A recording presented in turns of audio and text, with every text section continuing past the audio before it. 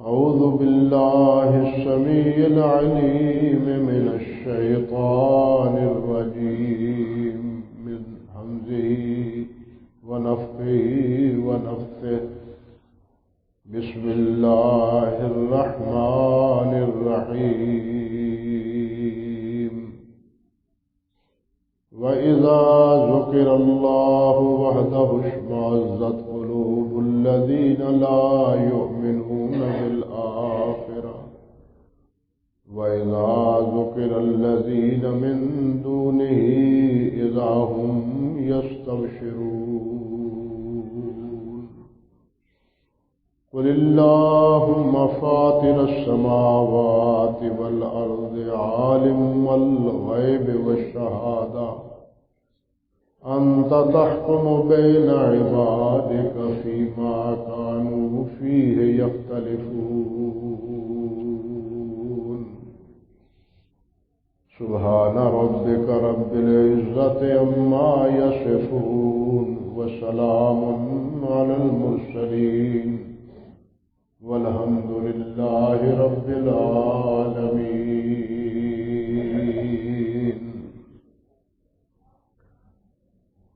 محترم معزز سامعین کرام،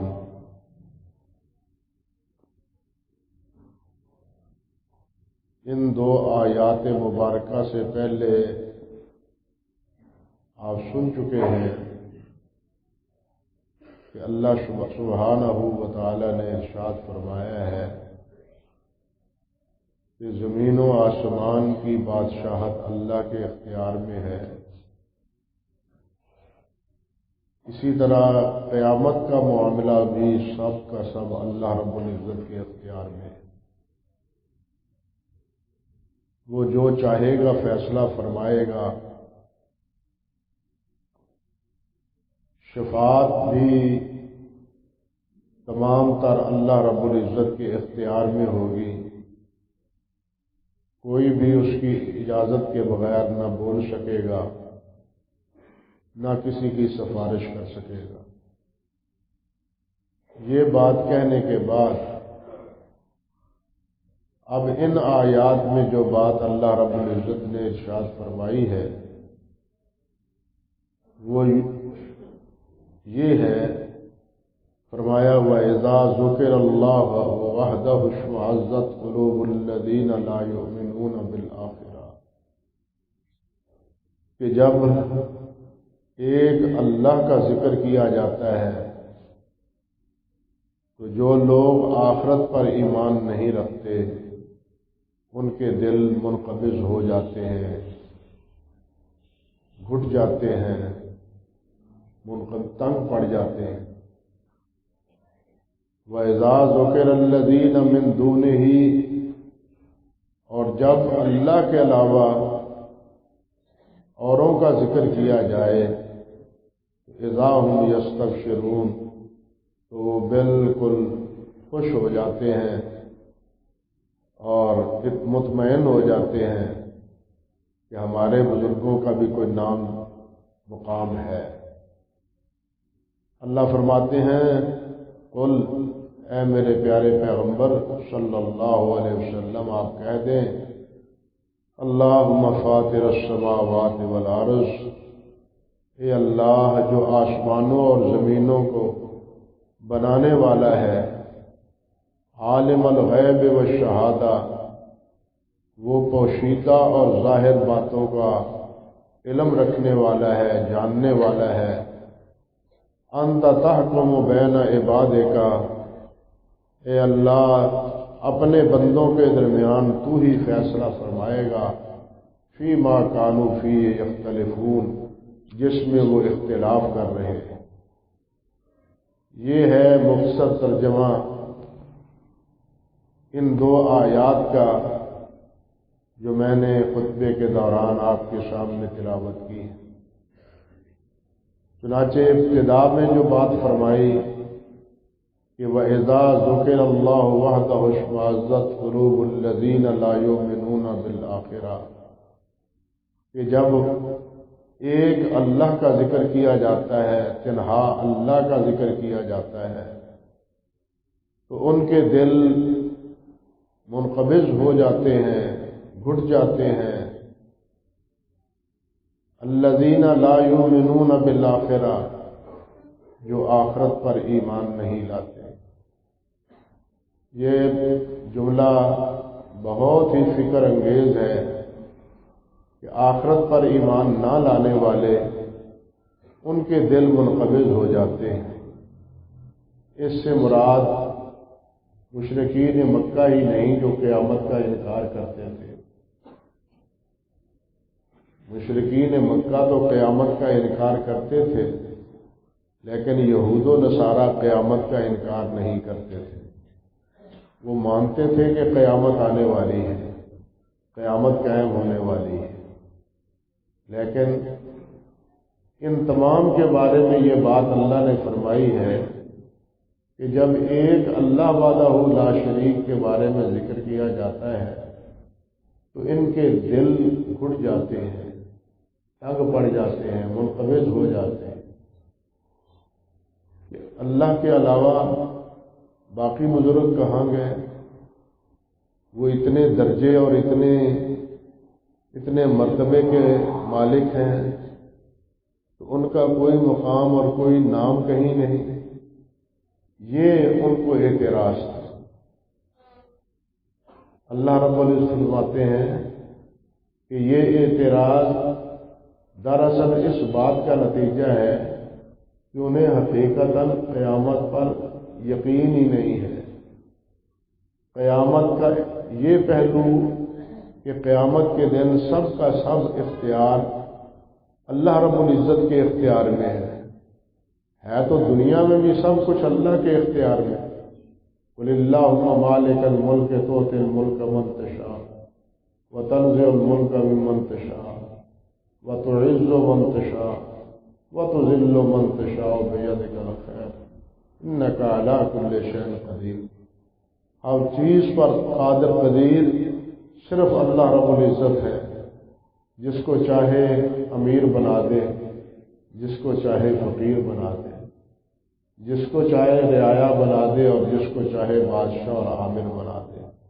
یہ سب اصل میں اختیارات اللہ تعالیٰ کے اختیار میں ہیں، جسے چاہے ذلیل کر دے اور جسے چاہے عزت عطا فرما دے۔ اور ایسے بھی باعزت ہیں کہ ان کو پھر ذلیل کرنے پہ بھی اللہ رب العزت قادر ہے۔ اور ہوتے آپ نے دیکھے ہیں یہ ملکوں کے بادشاہ ذلیل و خوار ہوتے، قتل ہوتے، گولی کا نشانہ بنتے ہوئے آپ نے دیکھے اور سنے ہیں۔ تو یہ سارے اختیارات دنیا کے بھی اللہ رب العزت کے اختیار میں ہیں، اور آخرت میں بھی تمام اختیارات اللہ رب العزت کے پاس ہیں۔ جس طرح پہلی آیت میں فرمایا قل للہ الشفاعۃ جمیعا لہ ملک السماوات والارض، کہ تمام تر شفاعت اللہ کے اختیار میں ہے اور اسی کی بادشاہت ہے زمینوں میں بھی اور آسمانوں میں بھی۔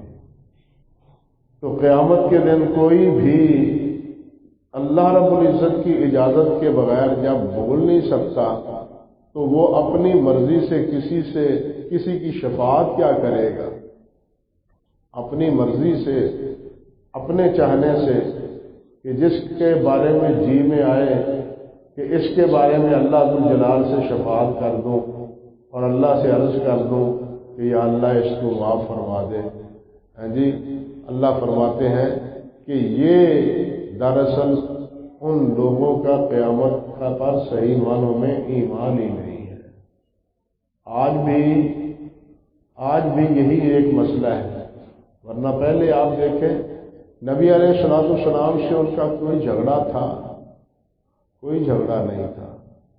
نبی علیہ السلام کو وہ صادق امین مانتے تھے، آپ کی دیانت، شرافت، امانت اور آپ کی عقل مندی اور آپ کی بصیرت وہ تسلیم کرتے تھے، آپ کے فیصلوں پر وہ مطمئن ہوتے تھے اور آپ کو صادق و امین کہہ کے پکارتے تھے۔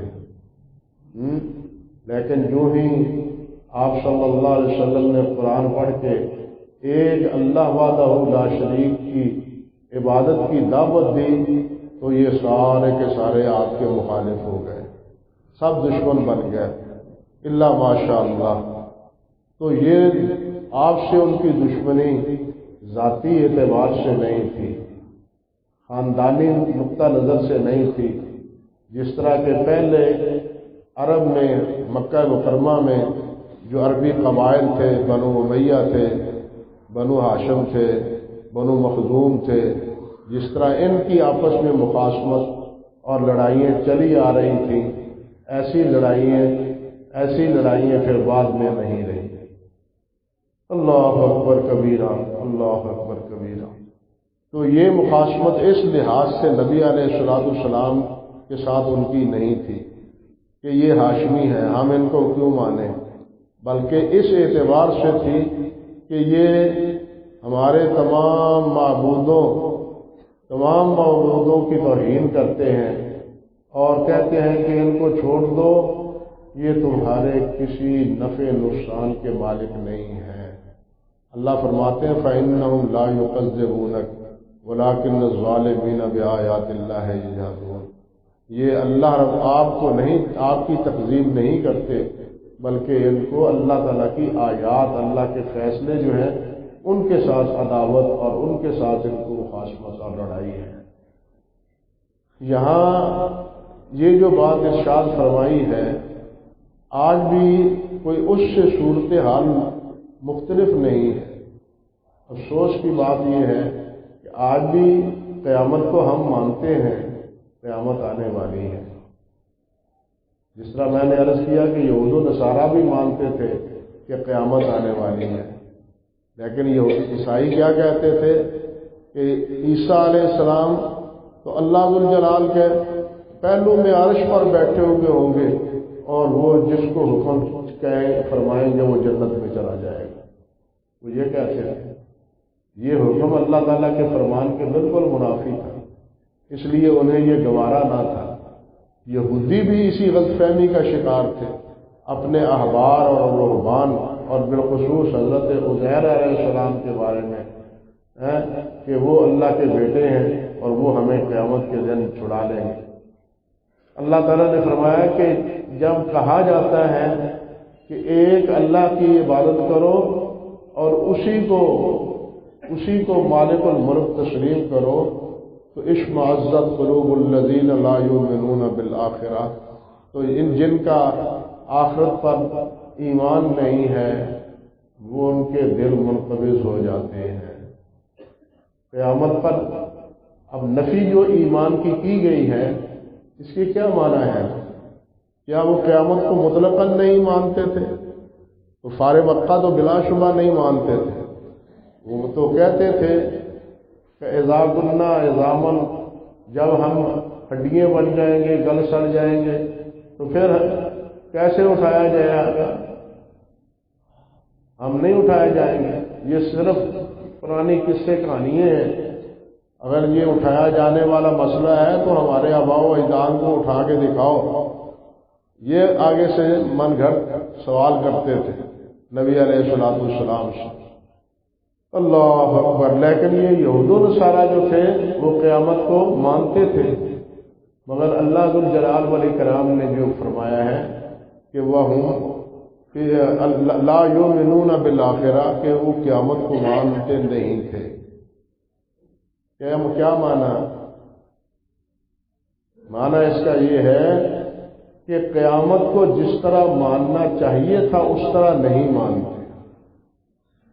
قیامت کی جو حیثیت ہے اس حیثیت سے قیامت کو نہ ماننا گویا کہ قیامت کو ماننا ہی نہیں ہے۔ یہ بالکل اسی طرح مسئلہ سمجھیں جس طرح اللہ وحدہ لا شریک کو، اب مشرکین اللہ رب العزت کو مانتے تھے یا نہیں مانتے تھے؟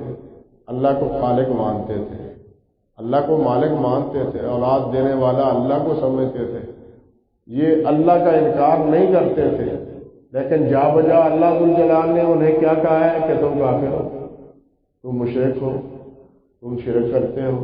اللہ سبحانہ و تعالیٰ نے اللہ کو ماننے کے باوجود بھی کہ وہ زمین و آسمان کا مالک ہے اور زمین و آسمان کو بنانے میں اللہ کے ساتھ کسی کی کوئی شراکت داری نہیں ہے، اس حقیقت کو ماننے کے باوجود بھی اللہ تعالیٰ نے ان کو کیا کہا ہے کہ تم مشرک ہو، تم کافر ہو۔ کیوں کہ جس طرح تمہیں کہا جاتا ہے کہ اللہ کو یوں مانو، اللہ کو ایسے مانو، اللہ کی یہ صفات ہے ان کو مانو، وہ تسلیم نہیں کرتے تھے، تو اللہ سبحانہ و تعالیٰ نے ان کے ماننے کو یعنی اللہ کو ماننے کا اعتبار نہیں کیا۔ یہی فرمایا کہ وہ تو اللہ کو مانتے ہی نہیں، وہ تو شرک کرتے ہیں اللہ رب العزت کے ساتھ۔ بالکل اسی طرح قیامت کو تو مانا جائے، لیکن قیامت کی جو حیثیت ہے، جو حقیقت ہے، اس کو تسلیم نہ کیا جائے اور یہ سمجھ لیا جائے قیامت آئے گی تو جناب ہمارے بزرگ کسی صورت پیچھے نہیں ہوں گے، وہ آگے آگے ہوں گے، ہم ان کے پیچھے پیچھے ہوں گے اور ہم سیدھے جنت میں چلے جائیں گے۔ وہ اللہ تعالیٰ کے مقرب بندے ہیں، بڑے پہنچے ہوئے ولی ہیں، ان کو راضی کر لیں، ان کو راضی کر لیں تو یہ اللہ کو راضی کر لیں گے۔ اللہ اکبر۔ بلکہ بعض جاہل اس قسم کے بھی ہیں بے خبر دین سے، جو کہتے ہیں کہ بس تم جب ہمارے مرید اور ہمارے حلقہ ارادت میں آ گئے ہو، اب ہم جانے اور ہمارا رب جانے، اب ہم جانے اور ہمارا رب جانے۔ گویا کہ ہم کو تم راضی رکھو، ہم راضی تم پر رب کو راضی کر لیں، اللہ کو راضی کر لیں۔ یہ ساری غلط فہمیاں قیامت کے بارے میں جو انہوں نے قائم کر رکھی تھی، اسی تناظر میں اللہ سبحانہ و تعالیٰ نے فرمایا ہے کہ وہ تو گویا کہ قیامت کو مانتے ہی نہیں۔ اللہ اکبر کبیرہ۔ دیکھیے انبیاء کرام علیہ السلام ہوں، اولیاء کرام ہوں، صدیقین، شہداء، صالحین ہوں، بلا شبہ حسب مراتب ان کے اللہ ذوالجلال نے مقامات اور مراتب بنائے ہیں، لیکن ان سب مقامات کے مدارج کے مراتب کے باوجود ان کو اللہ کی بادشاہت میں کوئی حصہ داری حاصل نہیں ہے، ان کو اللہ رب العزت کے معاملات میں کوئی حصہ داری نہیں ہے۔ اللہ جو چاہے فیصلہ فرمائے، یہ اس فیصلے کی مخالفت کے قابل نہیں ہے، بلکہ اس فیصلے کی اطاعت اور فرمانبرداری کا ہی حلف دیتے ہیں۔ قرآن مجید میں نبی علیہ السلام نے یہ بات صاف طور پر فرمائی ہے کہ میں تو ڈرتا ہوں اللہ ذوالجلال سے، اگر میں اللہ رب العزت کی کسی حکم کی مخالفت کروں، میں اللہ سے ڈرتا ہوں۔ یعنی وہ اللہ کے حکم کی مخالفت سے خوف کھاتے تھے، وہ انبیاء ہوں، صدیقین ہوں، شہداء ہوں، سب کے سب۔ اب اور کون ہو سکتا ہے جو اللہ رب العزت کی نافرمانی کرے اور بے خوف زندگی گزارے، بے خوف زندگی گزارے؟ یہی فکر دراصل قیامت کو صحیح طور پر نہ سمجھنے کا نتیجہ ہے۔ ہم یہی سمجھتے ہیں کہ جس طرح یہاں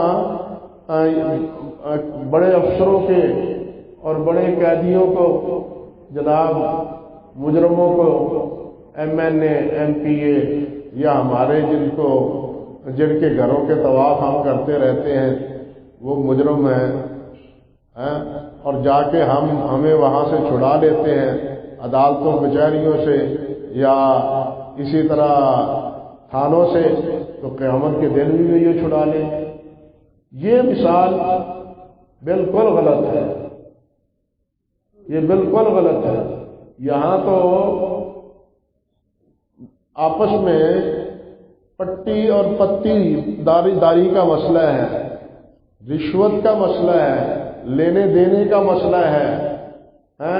ہم نے ان کی مٹھی گرم کر دی، انہوں نے اگلے افسر کی مٹھی گرم کر دی، مسئلہ صاف ہو گیا۔ لیکن قیامت کے دن تو نہ مٹھی گرم کرنے کا کوئی بہانہ ہوگا اور نہ ہی مٹھی گرم کرنے کا کوئی تصور پایا جائے گا۔ وہاں تو سارے کا سارا نظام وہاں سارے کا سارا فیصلہ وہ کس کے اختیار میں ہے؟ اللہ وحدہ لا شریک کے اختیار میں ہے۔ اب اگر ان حضرات کو یہ بات مانی جائے تو آپ کیا سمجھیں کہ کیا قیامت کو ہم صحیح طور پر مانتے ہیں؟ اسی لیے اللہ تعالیٰ نے فرمایا ہے کہ ان کے دل وہ منقبض ہو جاتے ہیں جب قرآن میں ایک اللہ کا نام لیا جائے، ایک اللہ ہی کا ذکر کیا جائے۔ کن لوگوں کے؟ جو قیامت کو صحیح طور پر نہیں مانتے۔ اللہ اکبر کبیرہ۔ آج بھی دیکھیں، اللہ اکبر کبیرہ، آج کل بالخصوص یہ آپ نے بھی دیکھا ہوگا، ہمارے محلے میں بھی یہی، شہر میں بھی یہی، بلکہ پورے ملک میں یہ جھولے لال کے آج کل میلہ لگتا ہے، اور گلی کوچوں میں جو کچھ ہو رہا ہے اس سے آپ سب آگاہ ہیں، مگر کبھی کسی نے نہیں سوچا کہ جھولے لال کو بچانے کے لیے کئی گاؤں سیلاب کی نظر کر دیے گئے۔ جھولے لال نے تو ان گاؤں والوں کی کوئی مدد نہیں کی۔ ان کو بچانے کے لیے، جھولے لال کو بچانے کے لیے، اخبارات میں، میڈیا میں آپ پڑھتے رہے ہوں گے کہ کئی گاؤں کے گاؤں وہ پانی چھوڑ کے اس طرف وہ پانی کی نظر کر دیے گئے۔ کس لیے؟ کہ حضرت جھولے لال جو ہے نا یہ بچ جائے۔ اور جو خود اپنے آپ کو نہیں بچا سکتے وہ دوسروں کو کیا بچائیں گے؟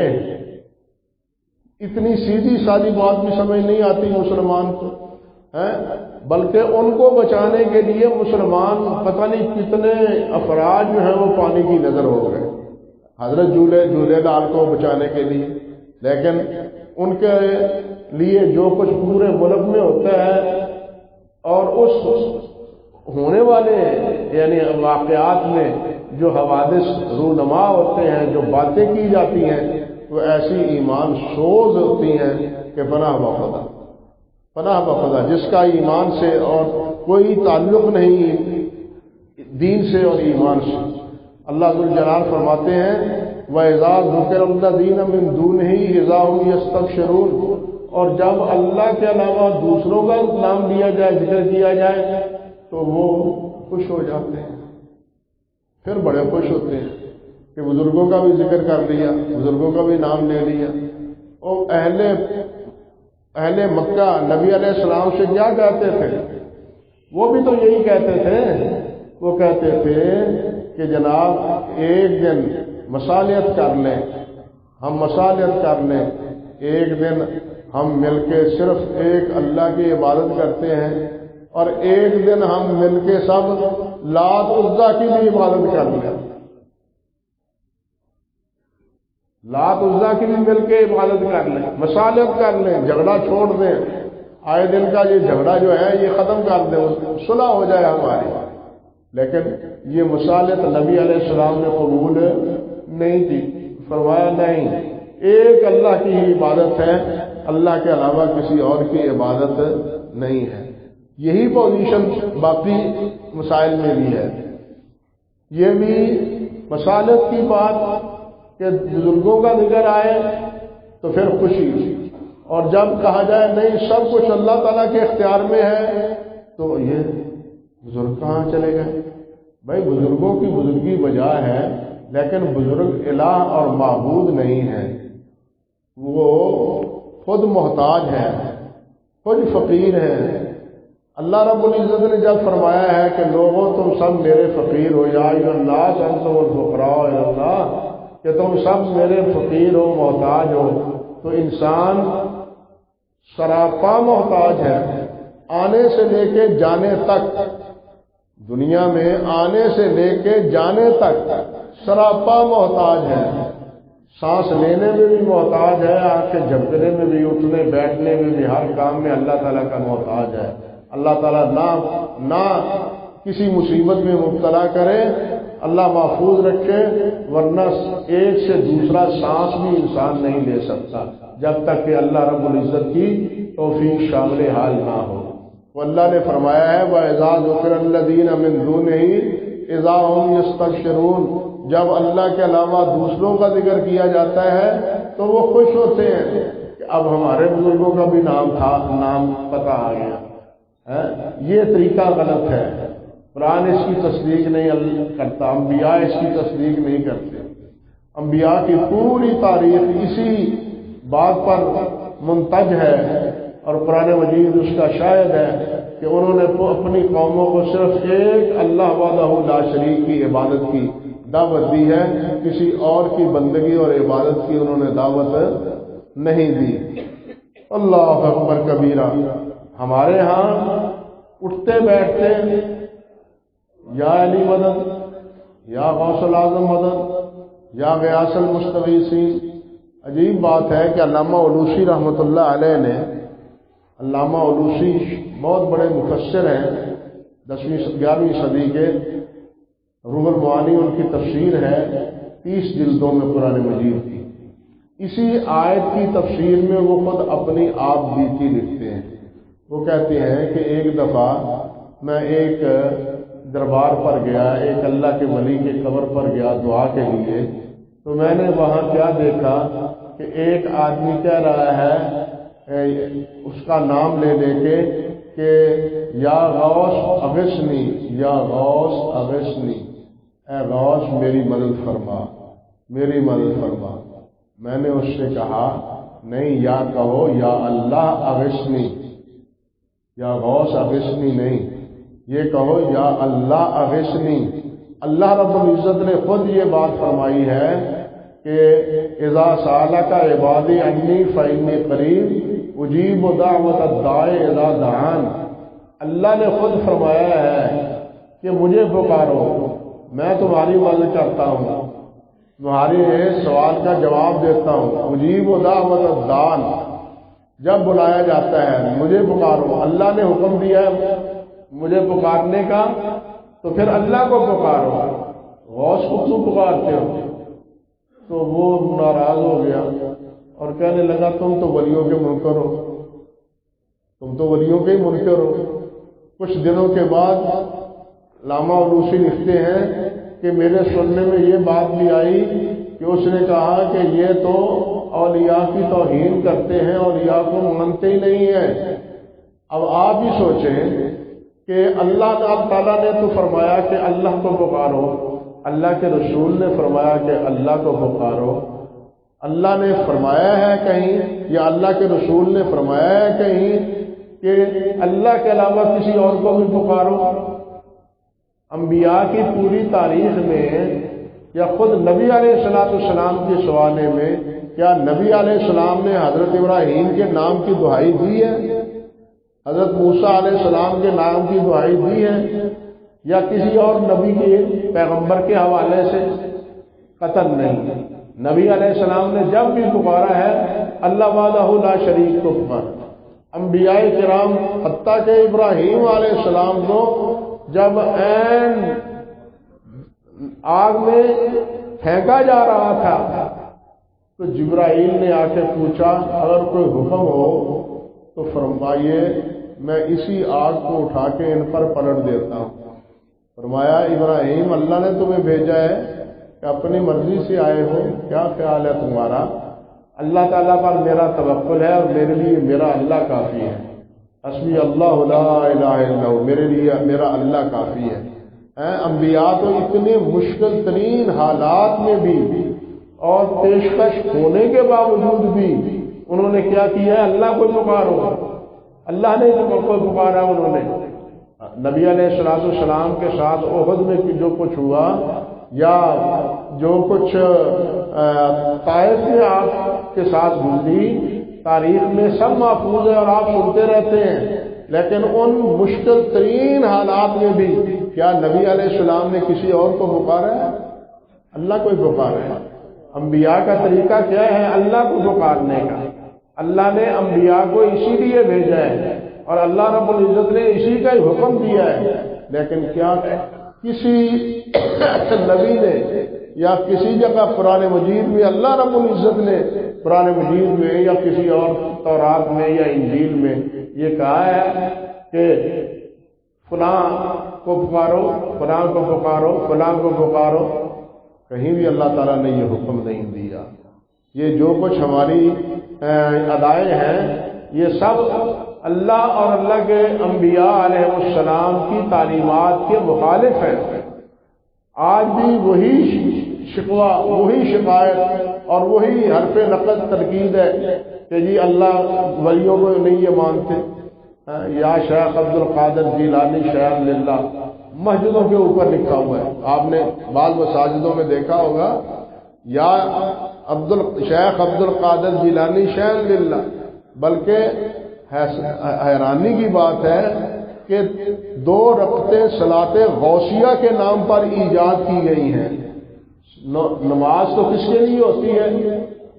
ان صلاتی و نسکی و محیای و مماتی للہ رب العالمین، لیکن یہاں نام نماز کا ہی صلاۃ غوثیہ رکھ دیا گیا کہ یہ صلاۃ غوثیہ ہے، اس کا ثواب اجر جو ہے نا وہ حضرت غوث صاحب کو ہے۔ نماز پڑھ کے بغداد کی طرف 10 قدم چلے اور پھر یہ پڑھے یا شیخ عبد القادر جیلانی شیخ للہ تو مراد بر آئے گی۔ انا للہ و انا الیہ راجعون۔ یہ کس نے کہا ہے کہ مراد بر آئے گی؟ اللہ نے کہا ہے یا خود حضرت شیخ عبد القادر جیلانی نے کہا ہے؟ کچھ جمعے پہلے میں ان کے ملفوظات آپ کے سامنے رکھ چکا ہوں، جب وہ یہ فرماتے تھے، جس میں وہ فرماتے تھے کہ مومن کا کام ہے کہ وہ صرف اللہ کی طرف رجوع کرے، اور منافق کا کام ہے کہ وہ اللہ کے بجائے دوسروں کی طرف بھی رجوع کرے۔ یہ منافقوں کا کردار ہے، یہ مومنوں کا کردار نہیں ہے۔ مومن وہ ہے جو صرف اپنے اللہ کے ساتھ مخلص رہتا ہے۔ تو یہاں اسی بات کی اللہ ذوالجلال والاکرام نے وضاحت فرمائی ہے، اور آخر میں فرمایا قل اللہم فاطر السماوات والارض، اے میرے نبی صلی اللہ علیہ وسلم آپ یہ کہیں، یہ دعا کریں، آپ مجھ سے یہ دعا مانگیں، اللہ اکبر، مجھ سے یہ دعا مانگے کہ اللہم فاطر السماوات والارض، اے اللہ جو آسمانوں اور زمین کو بنانے والا ہے، عالم الغیب والشہادہ جو پوشیدہ اور ظاہر بات کو جاننے والا ہے، انت تحکم بین عبادک، تو ہی مولا فیصلہ فرمائے گا اپنے بندوں کے مابین، فیما کانوا فیہ یختلفون، جس میں یہ اختلاف کرتے ہیں۔ میرے سمجھانے پر تو انہوں نے میری بات نہیں مانی، میری مخالفت ہی کی ہے، میرے ساتھ جھگڑا ہی کیا ہے، میرے ساتھ لڑائیاں ہی لڑی ہیں۔ اب معاملہ اللہ تیرے ہاتھ میں ہے، اب آپ فیصلہ کریں گے۔ میری کسی بات پر انہوں نے توجہ نہیں دی، کان نہیں دھرے۔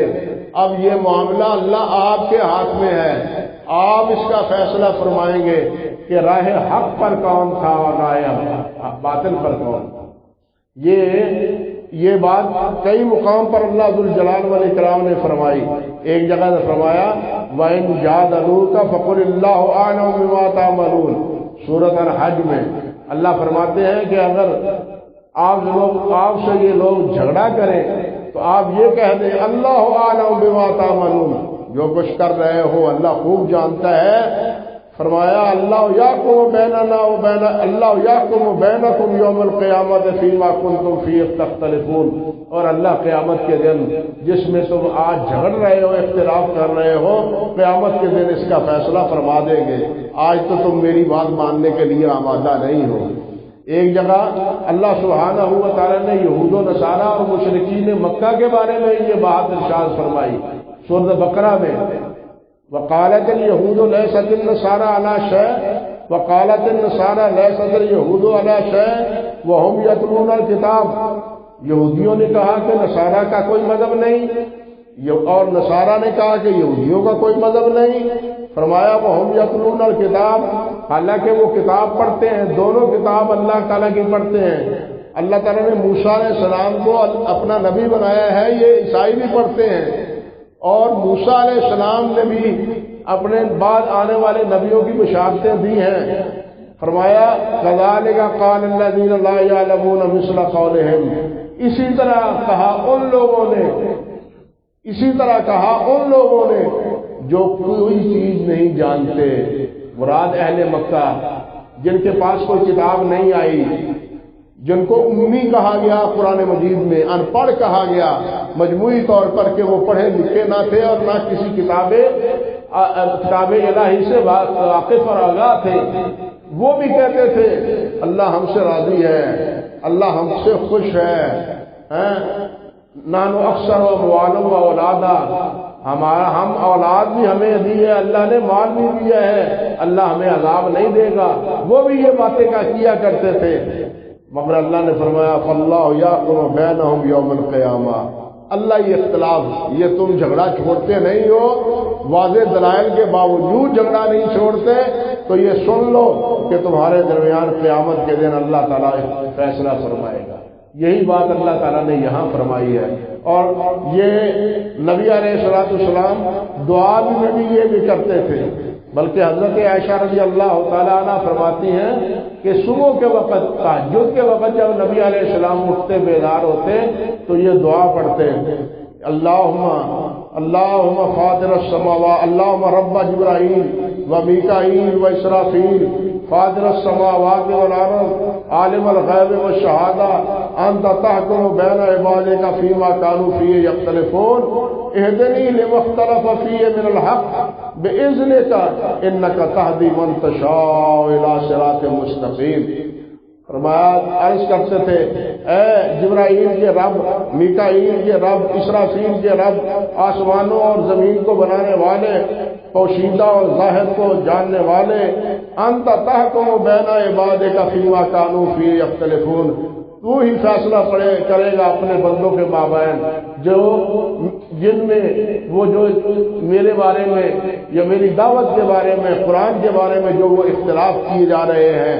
فرمایا اہدنی لما اختلف فیہ من الحق، اللہ مجھے جس چیز میں انہوں نے اختلاف کیا ہے اس سے بچا کے مجھے ہدایت پر قائم رکھ، مجھے ہدایت پر راہ حق پر قائم رکھ، بیچنے کا اپنے حکم سے، انک تہدی من تشاء الی صراط مستقیم، آپ ہی جس کو چاہے صراط مستقیم کی ہدایت دینے والے ہیں۔ یہ دعا نبی علیہ السلام پر پڑھتے تھے، اور اس میں اسی آیت کا تذکرہ گویا فاطر السماوات والارض عالم الغیب والشہادہ انت تحکم بین عبادک فیما کانوا فیہ یختلفون۔ تو قیامت کے دن تو فیصلہ ہوگا ہی، لیکن اس وقت مقدر ختم ہو چکے ہوں گے، اس وقت انسان کا معاملہ بھی ختم، اب فیصلہ اللہ ہی کا باقی رہ گیا ہے۔ سب کچھ سمجھانے بجھانے کے باوجود اور سب کچھ پڑھنے پڑھانے کے باوجود فیصلہ کتاب اللہ پر، اللہ کے رسول پر نہیں، بلکہ کس پر ہے؟ اپنے بزرگوں پر، اپنے بزرگوں کے ہاتھوں میں فیصلے دے رکھے ہیں۔ اللہ اور اللہ کے رسول صلی اللہ علیہ وسلم کے ہاتھوں میں ہم نے اپنے دین کا فیصلہ اور اپنے دین کی باغ ڈور نہیں تھمائی۔ اللہ سبحانہ و تعالی ہمیں سمجھ عطا فرمائے، ہمیں اللہ اپنی بندگی کی توفیق